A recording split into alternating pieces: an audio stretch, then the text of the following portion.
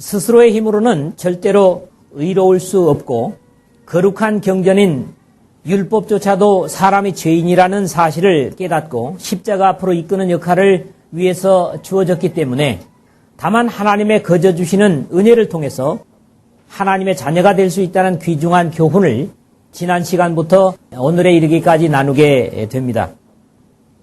하나님께서 죄로 절망할 수밖에 없는 인간을 사랑하시고 불쌍히 여기시지만 공의로우신 주님의 속성상 절대로 그 죄의 값을 치르지 않고는 죄를 용서하실 수도 해결하실 수도 없으시기 때문에 거기에 대한 하나밖에 없는 방법인 예수 그리스도의 대속의 제사를 통해서 인간을 구원할 길도 마련하시고 하나님의 의로우심도 충족되도록 인간의 입장에서는 도저히 불가능한 역사를 이루신 하나님의 사랑을 오늘 이 말씀에서 읽습니다.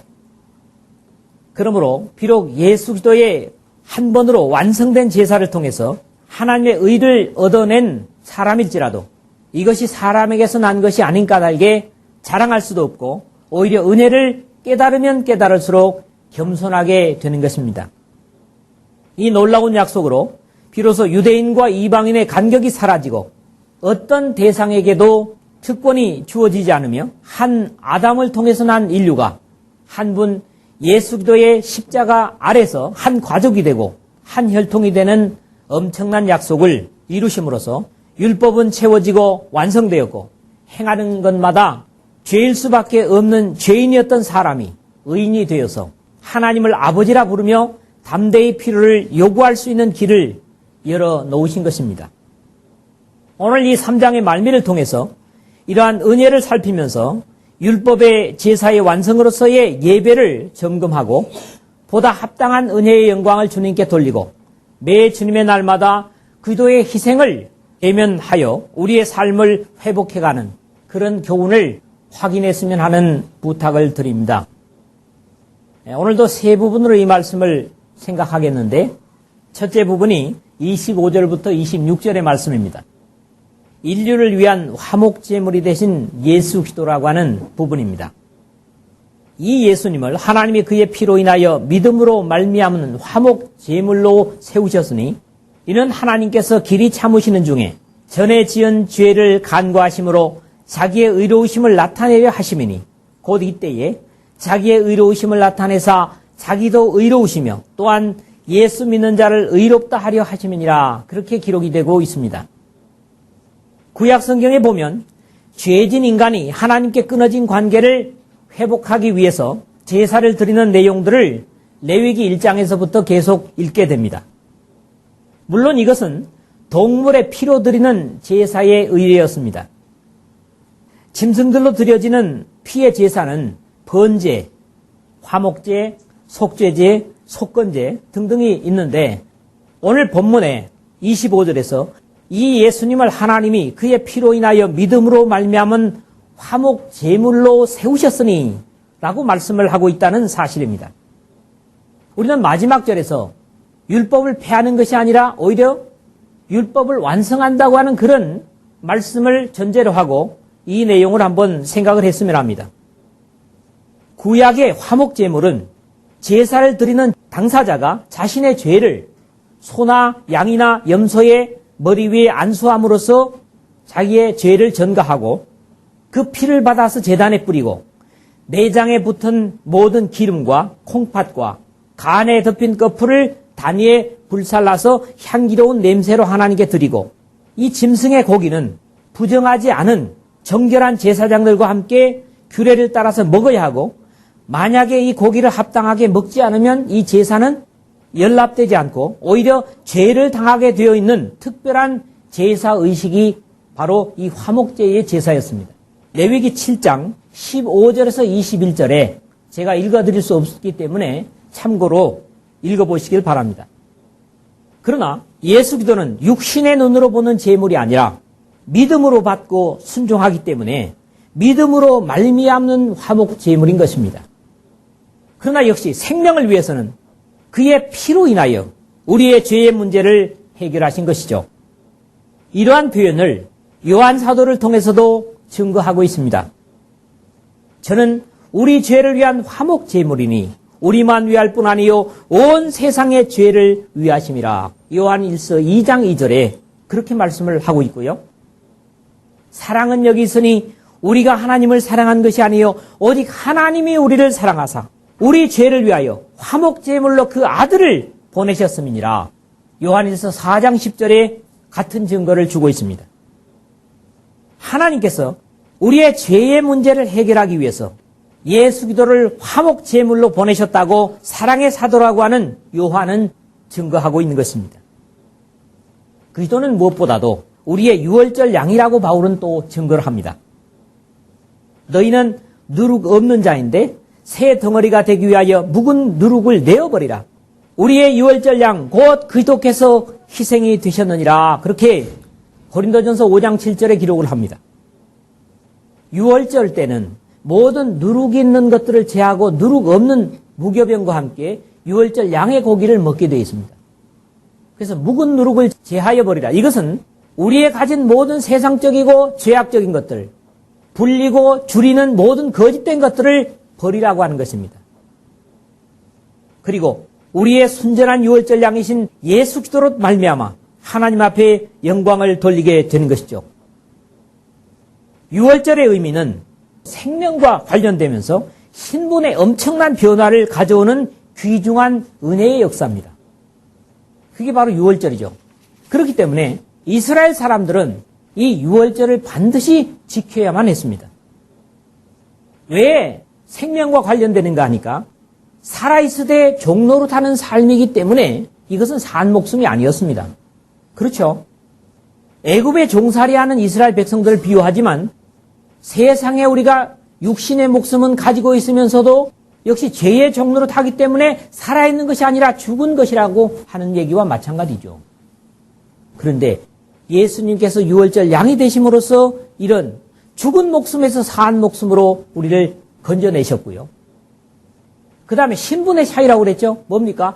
종의 자리에서 의젓한 주인의 자리가 되는 것입니다.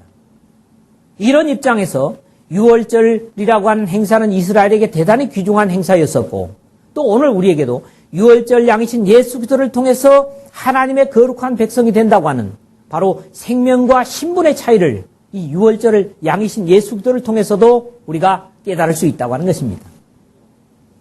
예수님께서는 실제로 유월절 기간에 희생이 되셨고 애굽으로 상징되는 저주의 세상에서 죄의 종로로 닫은 데서 그리스도의 희생의 피를 인해서 자유하여 영원한 약속의 시온을 향해서 이 광야와 같은 세상을 거쳐가는 순례자들이 되었습니다. 우리가 여기서 놓칠 수 없는 공통점 하나는 화목제물이나 유월절 양은 그 제물을 모두 규례를 따라 먹어야 한다고 하는 것입니다. 이게 다른 제사하고 다릅니다. 예수님을 번제라고 말씀하지 않습니다. 번제는 어떻습니까? 전부를 다 단에 불살라 바치는 겁니다. 근데 화목제라고 했다고 하는 사실이죠.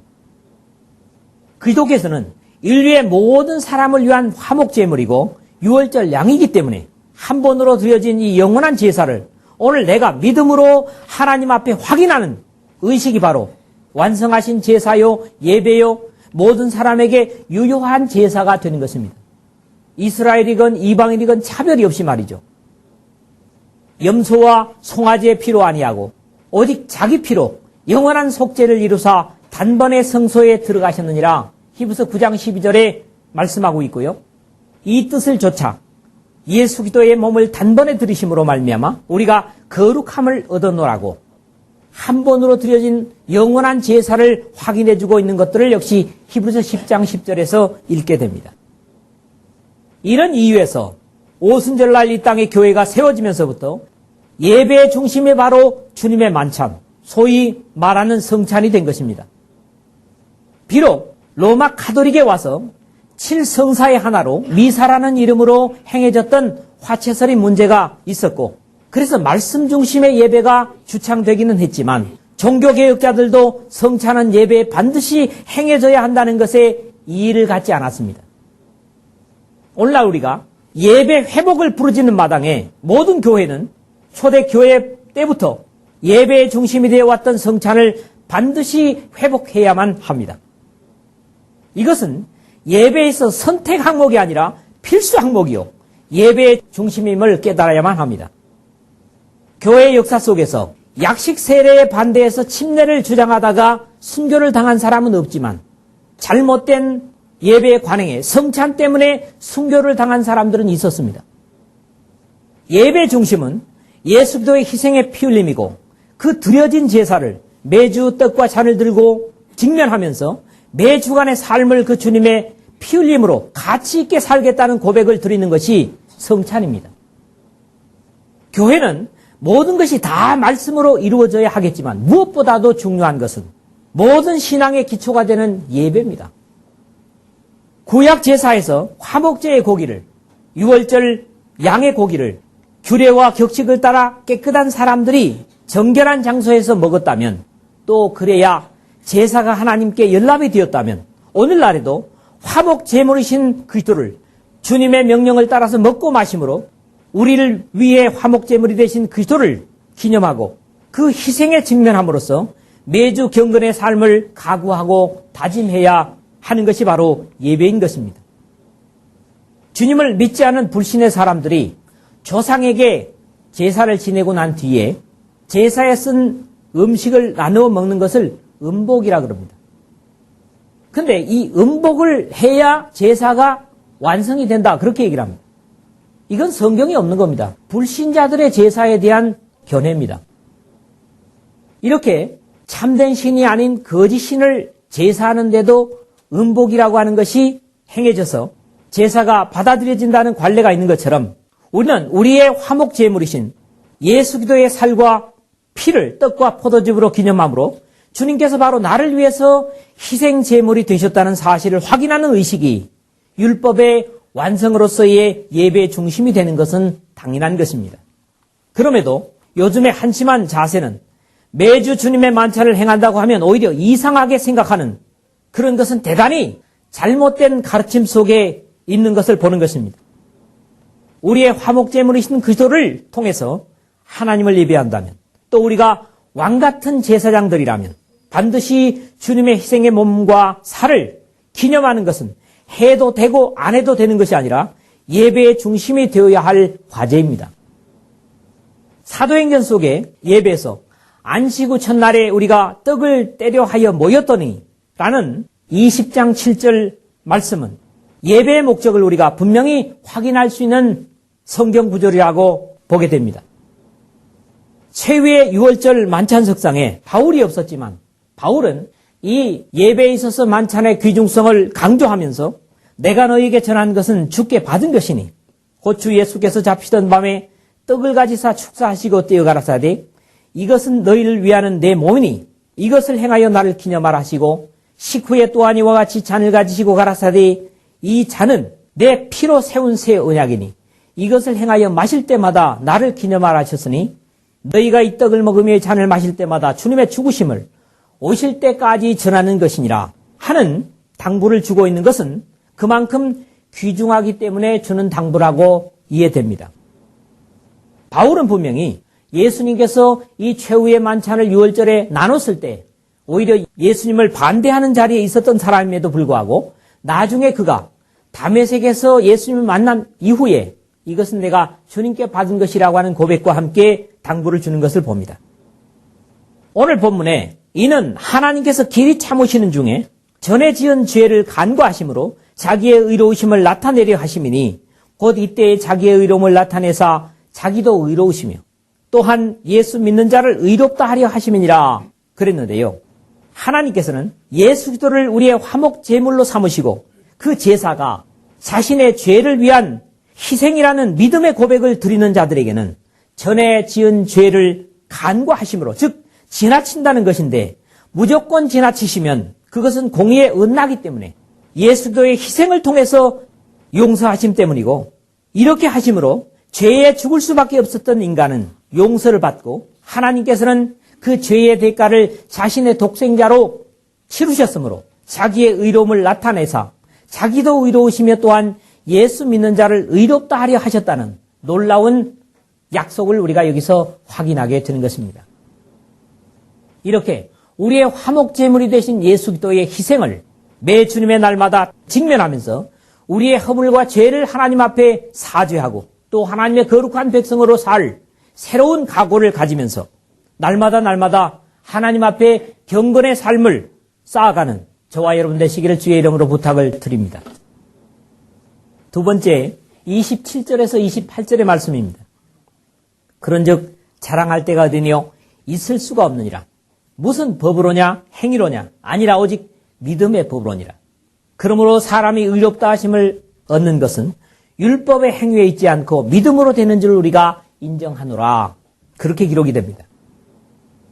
이렇게 의롭다 함을 받고 하나님을 아버지의 자리에 모시게 된 복받은 인생은 그것이 자신이 이룬 업적이나 율법을 온전히 지킴으로 된 것이 아니기 때문에 자랑할 것이 있을 수 없고 오히려 더욱 겸손해질 수밖에 없습니다.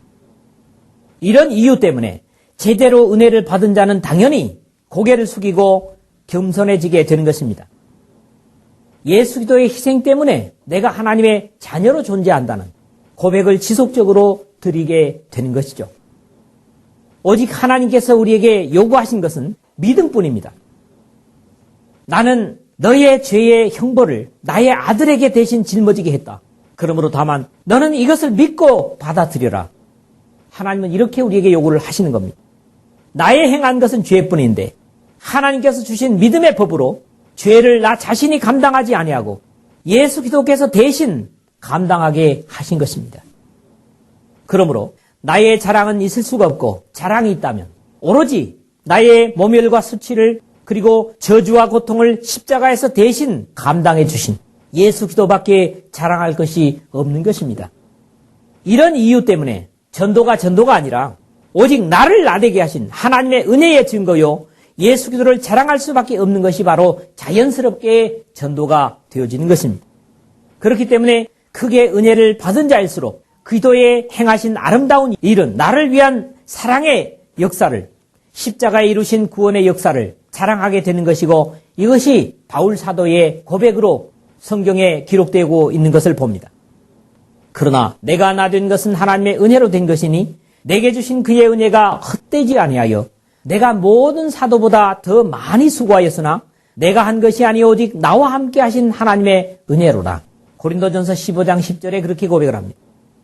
바울에게 하나님께서 주신 은혜가 헛되지 아니해서 바울은 그 귀중한 역할을 했다. 그렇게 고백을 합니다. 여러분 각자에게 하나님께서 주신 은혜가 헛되지 않게 하기 위해서는 바울처럼 나에게 주신 은혜와 구원의 사랑에 매진하는 그런 삶이 되어야 될 것입니다. 바울은 다른 사람들을 권면할 때도 이러한 사실을 잊지 않고 고백합니다. 내게 주신 은혜로 말미암아 너희 각 사람에게 말하노니 로마서 12장 3절을 보십시오.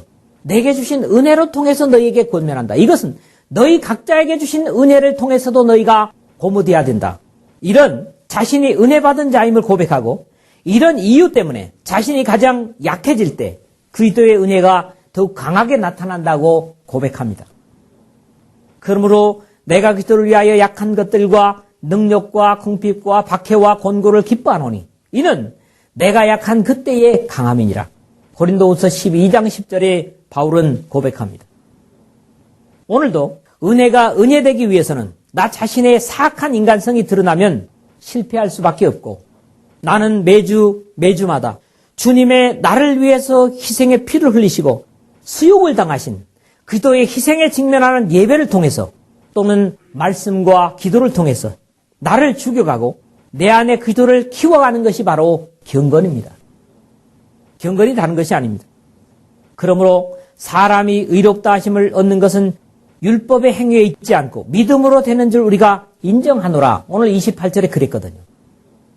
오늘도 나 자신이 그래 율법을 좀 더 잘 지켜보자. 말씀을 좀 더 잘 지켜보자. 좀 더 도덕적으로 살아보자 하는 인간적인 각오는 나에게 더욱더 절망을 가져올 뿐입니다. 다만 가치 없는 나를 위해서 하나님의 아들의 피를 흘려주셔서 수치와 고통을 당했는데 나 때문에 라는 고백으로 죄덩어리인 나를 맡기고 주님을 인정하게 될 때 하나님께서 보실 때나 사람들이 볼 때에도 하늘의 사람이 되어가게 되는 것입니다. 우리 자신의 의지라든가 썩은 죄성을 신뢰하지 말고 하나님께서 은혜로 주신 예수 그리스도의 희생에 내 자신을 기꺼이 바울처럼 맡김으로써 하나님의 구원의 역사가 늘 감격으로 여러분의 삶 속에 넘쳐나시기를 주님의 복되신 이름으로 축원을 드립니다. 세 번째 마지막으로 이렇게 하나님께서 은혜를 주신 것은 사람의 구별을 두지 않으셨습니다. 29절에서 31절의 말씀을 보면요. 하나님은 유대인의 하나님뿐이시뇨 또 이방인의 하나님은 아니시뇨 진실로 이방인의 하나님도 되시느니라. 할례자도 믿음으로 말미암아 또는 무할례자도 믿음으로 말미암아 의롭다 하실 하나님은 한 분이시니라. 그런지 우리가 믿음으로 말미암아 율법을 폐하느뇨 그럴 수 없느니라. 도리어 율법을 굳게 세우느니라 그랬습니다. 하나님은 메시아를 보내시기 위해서 선택하신 유대인들만의 하나님이 아니시며 막연하나마 자연 계시를 통해서 하늘에 계시는 존재로 알고 있던 이방인들에게도 같은 창조주 하나님이십니다. 믿음의 위대한 조상인 노아의 홍수 이야기가 아직 성경이 전달되지 않은 심지어는 아메리카의 인디언들까지도 이 얘기를 알고 있는 것 참으로 신기하고 놀랍습니다. 우리는 하나님을 알기 전에도 막연하나마 하늘에 계시느니 또는 하느님이라고 하는 이름들을 아마 불렀을 거 썼을 것입니다. 급할 때마다 예수님을 모르지만은 하나님 살려주십시오.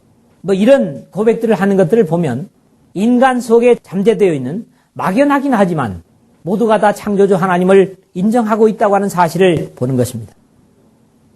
바울 사도는 철학을 사랑한다고 하면서도 막연하게 알지 못하는 신에게라고 새긴 단을 보면서 아덴 사람들을 향해서 선언하기를 내가 두루 다니며 너희가 위하는 것들을 보다가 알지 못하는 신에게라고 새긴 단도 보았으니 그런즉 너희가 알지도 못하고 위하는 그것을 내가 너희에게 알게 하리라 그렇게 증거하면서 우주와 그 가운데 있는 만물을 지으신 하나님께서는 천지의 주제시니 손으로 지은 전에 계시지 아니하시고 또 무엇이 부족한 것처럼 사람의 손으로 섬김을 받으시는 것이 아니니 이는 만민에게 생명과 호흡과 만물을 친히 주시는 이심이라. 인류의 모든 족속을 한 혈통으로 만드사 온 땅에 살게 하시고 그들의 연대를 정하시며 거주의 경계를 한정하셨으니 이렇게 사도행전 17장 23절에서 26절에 하나님을 소개하고 있는 것들을 봅니다. 하나님은 역시 그들에게도 창조주이심이 분명하고 이 동방에 해돋는 고요한 아침의 나라인 우리의 하나님도 되심이 분명합니다. 사람들이 분명히 알지 못했을 뿐이지 하나님께서는 이미 창세전부터 모든 인류를 구원하실 복음을 구상하시고 계획하시고 진행시키셨던 것들을 우리는 에베소서에서 읽게 됩니다. 할례자도 믿음으로 말미암아 또는 무할례자도 믿음으로 말미암아 의롭다 하실 하나님은 한 분이시니라. 오늘 30절에 그랬죠. 만약에 복음이 율법을 보강한 것, 율법을 고친 것이라면 분명히 할례자들인 유대인들에게는 더 유리했을 것입니다. 그러나 복음은 율법을 고친 것이 아닙니다. 율법은 복음을 이미 증거했지만 복음은 바로 예수님의 피로 세우신 새로운 언약이었습니다. 시내산에서 이스라엘 백성과 세운 언약과는 전혀 다른 새로운 언약이었음을 보는 겁니다. 이제 다음 장에서 아브라함을 의롭다 하심이 할례 언약 이전에 믿음 때문인 것과 또 이제 약속 안에 들어와서 할례 언약을 자손들에게 이루어감에 있어서 더욱 인치신 사실을 나누게 되겠습니다. 그런즉 그것이 어떻게 여겨졌느냐? 할례시냐 무할례시냐? 할례시가 아니요 무할례시니라. 그가 할례의 표를 받은 것은 무할례시의 믿음으로 된 의를 인친 것이니 이는 무할례자로서 믿는 모든 자의 조상이 되어 그들도 의로 여기심을 얻게 하여 하심이라. 또한 할례자의 조상이 되었나니 곧 할례 받을 자에게뿐 아니라 우리 조상 아브라함이 무할례시에 가졌던 믿음의 자치를 따르는 자들에게도 그러하니라. 로마서 4장 10절에서 12절의 내용을 읽을 수가 있습니다. 오늘 본문 31절에 보니까 그런즉 우리가 믿음으로 말미암아 율법을 폐하느뇨 그럴 수 없느니라. 도리어 율법을 굳게 세우느니라 그랬습니다. 우리가 맨 첫 부분에서도 생각하였지만은 믿음의 법은 세상의 종교에서 나온 것이 아닌 까닭에 하나님께서 주신 믿음은 결국 인간에게 의를 요구하는 율법을 완성시키는 것이 당연합니다. 정상이죠. 죄성 그대로의 인간은 율법을 지킬 수 없고 율법으로 의롭다함을 얻을 육체가 없었지만 우리의 화목제물이 되신 예수 그리스도의 완전한 제사를 나 자신의 것으로 믿음으로 비로소 하나님의 공의는 충족되어지고 한 개인을 위해서 앞으로도 몇 마리의 짐승이 죽임을 당해야 할지 막연한 제사는 이미 완성이 되고 율법의 요구는 완전히 이루어져서 예수 그리스도의 희생으로 드려진 한 번의 완전한 제사로 하나님께 흠없는 모습으로 나아가게 된 것입니다. 어떤 신앙적 행위보다도 중요한 것은 하나님을 하나님의 뜻에 합당하게 예배하는 것이 첫째라고 말씀을 드렸습니다. 베드로 사도는 너희도 산 돌같이 신령한 집으로 세워지고 예수 그리스도로 말미암아 하나님의 기쁘게 받으실 신령한 제사를 드릴 거룩한 제사장이 될지니라. 베드로전서 2장 5절에 그렇게 말씀을 하고요. 우리의 신분에 대한 확신과 함께 오직 너희는 택하신 족속이요 왕같은 제사장들이요 거룩한 나라요 그의 소유된 백성인이라고 해서 화목 제물을 먹을 자격을 우리에게 확인해 주고 있습니다. 오늘 우리는 이 예수님을 하나님이 그의 피로 인해서 믿음으로 말미암은 화목 제물로 세우셨다고 하는 선언을 다시 확인을 했습니다. 그러므로 화목 제물이신 유월절 양이신 예수 그리스도를 아무나 먹을 수 있는 건 아닙니다. 죄의 사죄를 받고 하나님의 거룩한 백성으로 거듭난 사람들이 먹을 수 있는 것이죠. 만약에 그렇지 못한 사람이 이 화목 제물이신 예수님을 먹는 것은 죄를 먹고 마시는 것이라고 하는 권고를 역시 바울 사도의 고린도전서 11장에서 보게 됩니다. 오늘 모든 인류의 죄, 오늘 나의 죄를 위해서 화목 제물이 되신 예수 그리스도를 죽음을 이기고 승리하신 안식구 첫날 기념하면서 예배를 드리는 것은 율법과 함께 하나님의 약속을 관통하는 거룩한 예배입니다. 이 놀라운 특권은 세상에서 나온 것이 아니라 하나님께서 마련해 주신 은혜이기 때문에 자랑할 것이 없고 감사하고 겸손으로 받아야 할 이유가 됩니다. 이 비극의 역사 속에 메시아를 보내시기 위해서 이스라엘을 준비하시고 그 수많은 짐승의 피를 통해서 죄의 비극을 알게 하신 하나님은 이 모든 날 마지막에 독생자를 화목제물로 삼으셔서 율법의 요구를 완성하시고 막연한 짐승의 제사가 아니라 오직 그리스도는 죄를 위하여 한 영원한 제사를 드리시고 하나님 우편에 앉으셔서 영원한 대제사장으로 계시고 그의 십자가의 희생의 화목 제사를 자신의 것으로 믿는 모든 사람들을 제사장으로 받으셔서 율법을 폐하신 것이 아니라 채우시고 완성해 가십니다.